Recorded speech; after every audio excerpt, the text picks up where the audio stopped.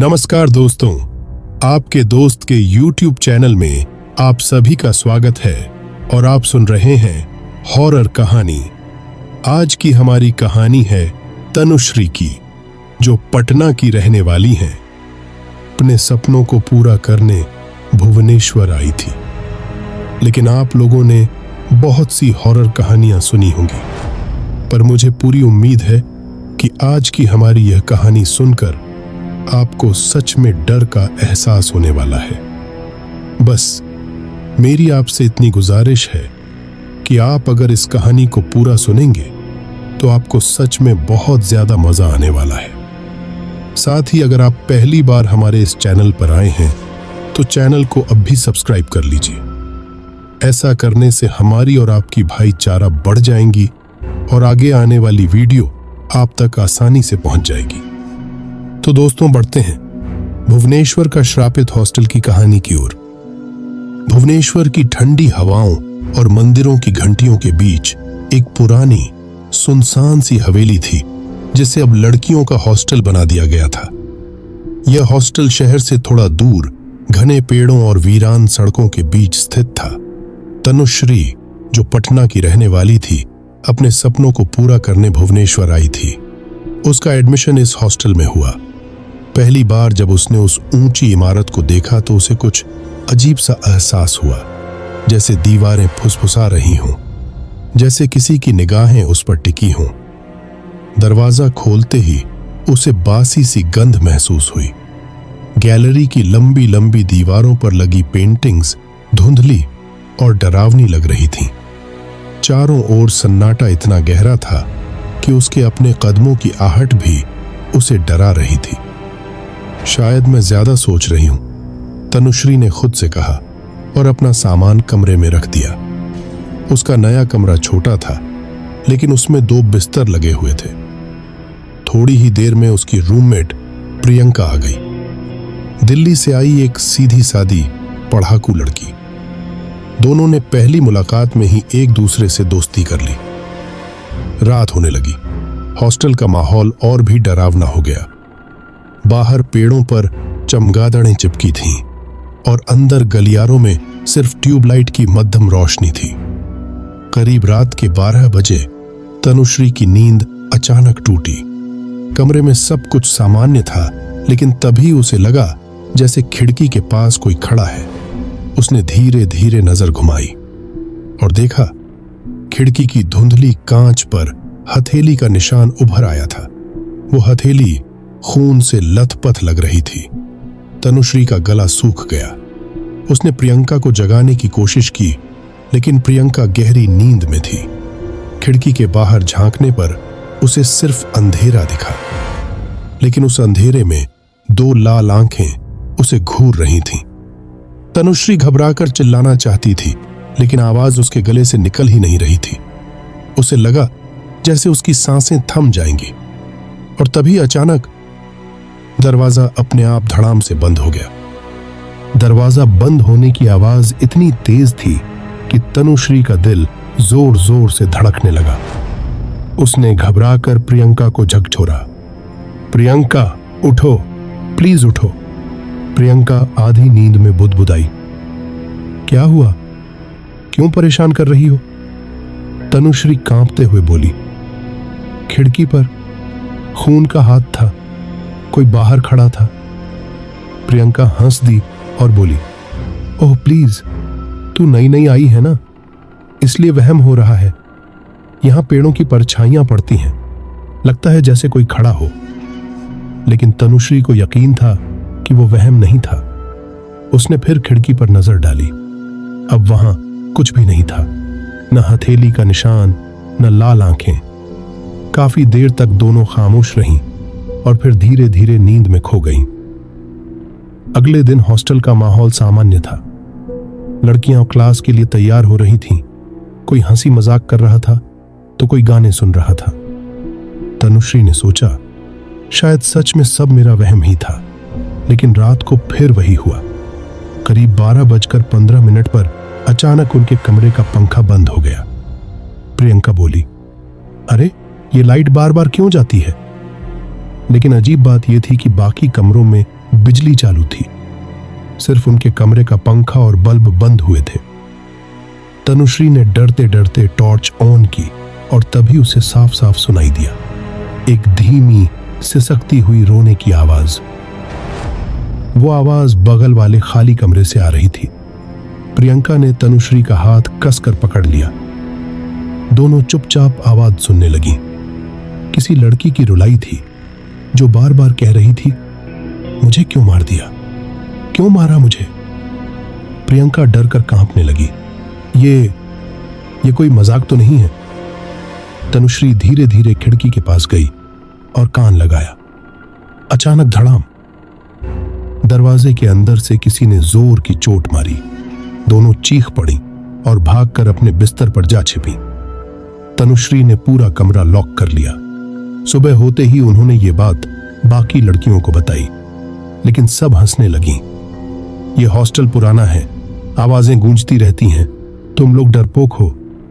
लेकिन तभी प्रियंका धीरे से बोली, नहीं, कल रात मैंने भी वही आवाज सुनी थी, वो कोई मजाक नहीं था। तनुश्री ने उसकी आंखों में देखा, प्रियंका सच बोल रही थी। सुबह का वक्त था। हॉस्टल की सारी लड़कियां क्लास चली गई थी। तनुश्री और प्रियंका आज क्लास बंक करके हॉस्टल में ही रुक गईं। उन दोनों के मन में बस एक ही सवाल था, कल रात उस बंद कमरे से रोने की आवाज आखिर आई किसकी थी। प्रियंका ने धीरे से कहा, तनु, तुझे पता है वो कमरा हमेशा से बंद रहता है, कभी किसी को वहां रहने नहीं दिया गया। तनुश्री चौंक गई, लेकिन क्यों, बाकी सारे कमरे तो भरे हुए हैं। प्रियंका बोली, कहते हैं उस कमरे में कई साल पहले एक लड़की रहती थी, उसका नाम था स्वाति, लेकिन उसकी अचानक मौत हो गई थी। उसके बाद से ही वो कमरा बंद कर दिया गया। तनुश्री के शरीर में झुरझुरी दौड़ गई। उसे कल रात की वो चीख याद आई, मुझे क्यों मार दिया। क्या वो आवाज उसी लड़की की थी। उस दिन शाम को दोनों ने तय किया कि वे उस कमरे को देखेंगे। गैलरी सुनसान थी, सभी लड़कियां पढ़ाई या हॉस्टल की कैंटीन में व्यस्त थीं। प्रियंका ने दरवाजे का ताला देखा, वो जंग खाया हुआ था, लेकिन सही सलामत। तनुश्री ने धीरे से दरवाजे पर हाथ फेरा। अचानक उसे एक ठंडी हवा का झोंका महसूस हुआ, जैसे किसी ने कान में फुसफुसाकर कहा हो, मत खोलो वरना पछताओगी। तनुश्री डर कर पीछे हट गई, लेकिन प्रियंका जिद पर अड़ गई, नहीं, हमें देखना ही होगा। ये सब कुछ झूठ है या सच, आज पता चलेगा। वो पास खड़ी चपरासी से चाबी ले आई। चपरासी ने घबराकर कहा, बेटिया, इस कमरे को मत खोलो, यहां कभी चैन से कोई रह नहीं पाया। लेकिन दोनों ने उसकी बात अनसुनी कर दी। धीरे धीरे ताला खोला गया। दरवाजा ची ची की आवाज करते हुए खुला। कमरे के अंदर घुप अंधेरा था और एक सड़ी हुई गंध फैल रही थी। दीवारों पर पुराने खून के धब्बे जैसे निशान थे। कपड़े और किताबें फर्श पर बिखरे पड़े थे। लग रहा था जैसे कोई यहां अचानक छोड़कर चला गया हो। अचानक प्रियंका की नजर दीवार पर टंगी एक तस्वीर पर पड़ी। वो तस्वीर एक लड़की की थी, लंबी चोटी, मासूम चेहरा, लेकिन आंखों में अजीब सा डर। शायद ये वही है, स्वाति। तनुश्री तस्वीर देख ही रही थी कि तभी उसे लगा जैसे तस्वीर में लड़की की आंखें हिली। उसकी निगाहें सीधी तनुश्री पर टिक गईं। तनुश्री चीख पड़ी और तस्वीर नीचे गिर गई। फ्रेम टूटते ही शीशे के टुकड़े पूरे कमरे में बिखर गए और फिर अचानक उसी कमरे में एक हल्की सिसकियों की आवाज गूंजने लगी, मुझे बचा लो, मुझे बचा लो। प्रियंका और तनुश्री एक दूसरे को कसकर पकड़ लीं। ये अब वहम नहीं था। कमरे में गूंजती हुई सिसकियां धीरे धीरे और गहरी होती चली गईं। तनुश्री और प्रियंका का दिल जोर जोर से धड़कने लगा। प्रियंका ने हिम्मत करके कहा, कौन हो तुम? कुछ पल सन्नाटा रहा, फिर हवा का एक ठंडा झोंका कमरे में चला और आवाज आई, मैं स्वाति। दोनों सहम गई। तनुश्री ने कांपते हुए पूछा, तुम चाहती क्या हो? आवाज ने सिसकते हुए जवाब दिया, मुझे न्याय चाहिए, मुझे मौत नहीं चाहिए थी, मुझे मार दिया गया था। इतना कहते ही अचानक खिड़की जोर से धड़ाम करके खुल गई। पर्दे हवा में उड़े और कमरे की बत्ती अपने आप टिमटिमाने लगी। प्रियंका ने तनुश्री को खींचा और दोनों भागकर कमरे के बाहर आ गईं। दरवाजा अपने आप बंद हो गया। उस रात दोनों को नींद नहीं आई। तनुश्री बार बार सोच रही थी, अगर स्वाति को सच में मार दिया गया था तो किसने और क्यों? सुबह होते ही दोनों लाइब्रेरी गईं। वहां उन्हें हॉस्टल के पुराने रिकॉर्ड्स मिले। काफी ढूंढने के बाद एक पुराना अखबार मिला। हेडलाइंस पढ़कर दोनों दंग रह गईं। कॉलेज की छात्रा स्वाति की रहस्यमयी मौत, सुसाइड या मर्डर। खबर में लिखा था कि स्वाति इसी हॉस्टल में रहती थी। उसकी लाश उसी बंद कमरे में पंखे से लटकी हुई मिली थी। लेकिन कई लड़कियों का कहना था कि स्वाति बिल्कुल भी उदास नहीं थी। वो खुशमिजाज और पढ़ाई में तेज थी। फिर अचानक वो क्यों आत्महत्या कर लेती? अखबार में आगे लिखा था, पुलिस ने इसे आत्महत्या मानकर केस बंद कर दिया, लेकिन छात्राओं का कहना है कि स्वाति के शरीर पर चोटों के निशान थे। प्रियंका ने अखबार को जोर से पकड़ लिया। तनु, इसका मतलब साफ है, ये आत्महत्या नहीं थी, ये मर्डर था। शाम को जब वे कमरे में लौटी तो तनुश्री ने देखा कि खिड़की के शीशे पर धुंध जम गई है और उस धुंध पर किसी ने उंगली से लिखा हुआ था, सच ढूंढो नहीं तो अगली बारी तुम्हारी है। दोनों की रूह कांप गई। अब ये खेल खतरनाक हो चुका था, लेकिन सच जानना जरूरी था। रात गहरी हो चुकी थी। हॉस्टल की लाइटें बुझा दी गई थीं। तनुश्री और प्रियंका ने तय किया कि आज वे उसी बंद कमरे में जाएंगी। उन्हें अब डर से ज्यादा सच जानने की बेचैनी थी। दोनों के हाथों में मोमबत्तियां थीं। धीरे धीरे उन्होंने दरवाजा खोला। अंदर अंधेरा और सन्नाटा पसरा हुआ था। मोमबत्ती की रोशनी दीवारों पर पड़ते ही पुरानी तस्वीर फिर से दिखी। वो लड़की स्वाति। प्रियंका ने फुसफुसाकर कहा, अगर सच में तेरी आत्मा यहां है तो सामने आ, हम तुझसे डरेंगे नहीं। कुछ पल खामोशी रही। फिर अचानक हवा का तेज झोंका आया और मोमबत्ती बुझ गई। कमरा अंधेरे में डूब गया। तनुश्री ने कांपते हुए प्रियंका का हाथ पकड़ा और तभी कमरे के कोने से एक सफेद साया धीरे धीरे उनके सामने उभरने लगा। लंबे बाल, खून से सना हुआ सफेद ड्रेस और चेहरा नीला पड़ा हुआ। उसकी आंखें गुस्से और दर्द से भरी थीं। वो थी स्वाति की आत्मा। प्रियंका ने हिम्मत जुटाई और बोली, स्वाति, हमें सच बता, तुझे किसने मारा? आत्मा की आंखों से आंसू की जगह खून बहने लगा। उसकी सिसकियां पूरे कमरे में गूंज उठीं। उन्होंने मुझसे वादा तोड़ा, मुझे धोखा दिया। प्रियंका ने पूछा, कौन थे वो? लेकिन आत्मा ने अचानक चीख मारी। उसकी चीख इतनी तेज थी कि खिड़कियों के शीशे टूटकर बिखर गए।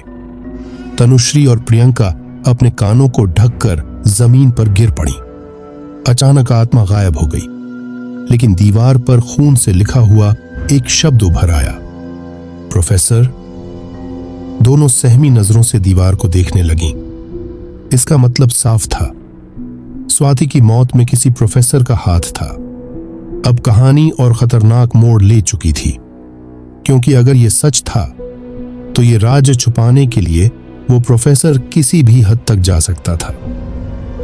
अगली सुबह तनुश्री और प्रियंका की नींद टूटी तो दोनों अभी भी डरी हुई थीं। रात को दीवार पर लिखा वो शब्द प्रोफेसर उनके दिमाग से निकल ही नहीं रहा था। प्रियंका ने धीरे से कहा, तनु, अब साफ है कि स्वाति की मौत में किसी प्रोफेसर का हाथ है, लेकिन कौन? हमारे कॉलेज में तो कई प्रोफेसर हैं। तनुश्री बोली, हमें पुराने स्टूडेंट्स से पूछना होगा। कोई तो जानता होगा। उस दिन क्लास खत्म होने के बाद दोनों कैंटीन गईं। वहां उनकी मुलाकात हुई एक सीनियर नेहा से, जो अब कॉलेज छोड़ चुकी थी लेकिन अपनी दोस्त से मिलने आई थी। नेहा को देखते ही प्रियंका ने बात छेड़ी। दीदी, क्या आप स्वाति नाम की किसी लड़की को जानती थीं? 4 साल पहले हॉस्टल में। नेहा का चेहरा अचानक बदल गया। उसने चारों तरफ देखा और धीरे से बोली, ये नाम मत लो, यहां लोग भूलना चाहते हैं उस घटना को। तनुश्री ने जिद की, प्लीज दीदी, हमें सच जानना है, किस प्रोफेसर का नाम जुड़ा था उसके साथ। नेहा कुछ पल चुप रही, फिर उसने फुसफुसाकर कहा, प्रोफेसर अजय। तनुश्री और प्रियंका एकदम चौंक गईं।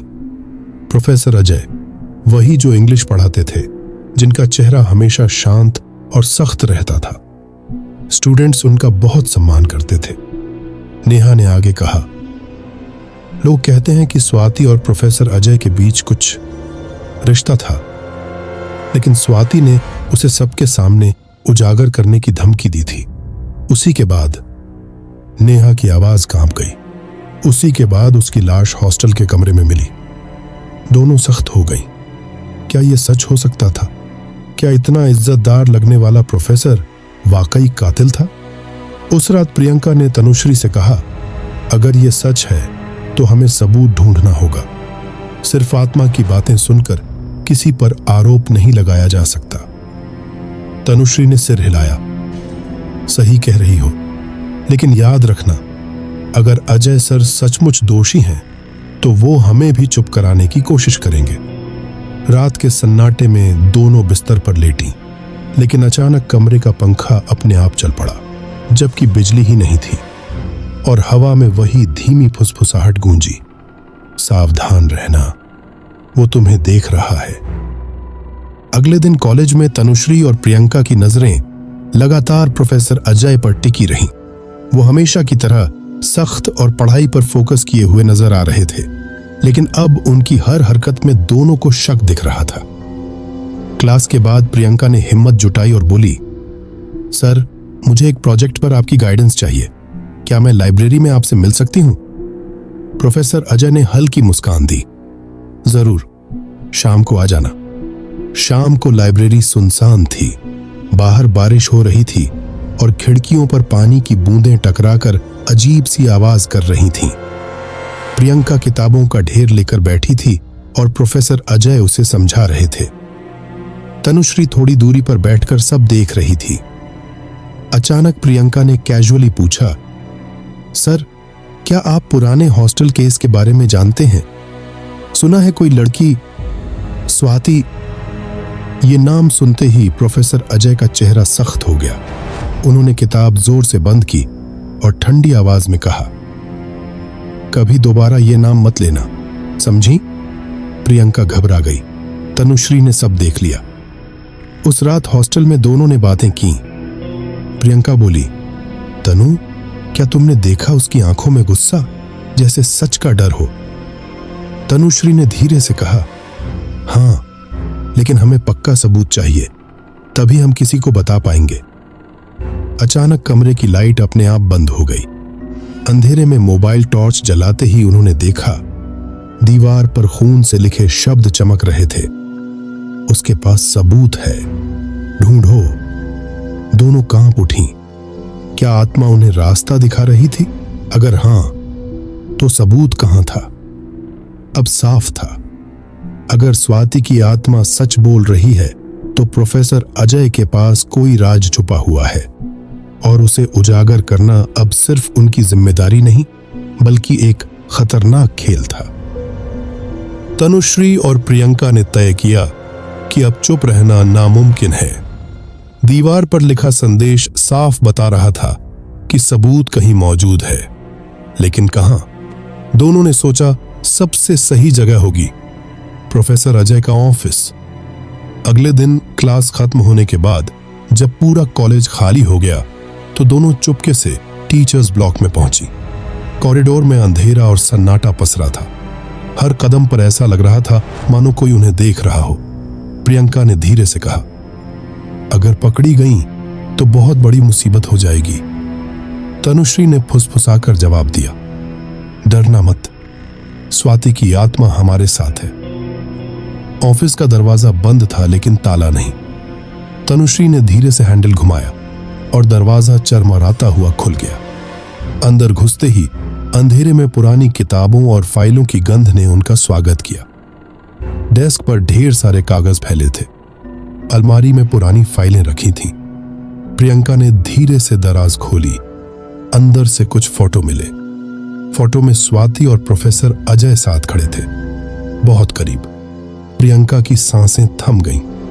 तनु, ये देखो। अचानक पीछे से हवा का झोंका आया और कमरे का दरवाजा अपने आप बंद हो गया।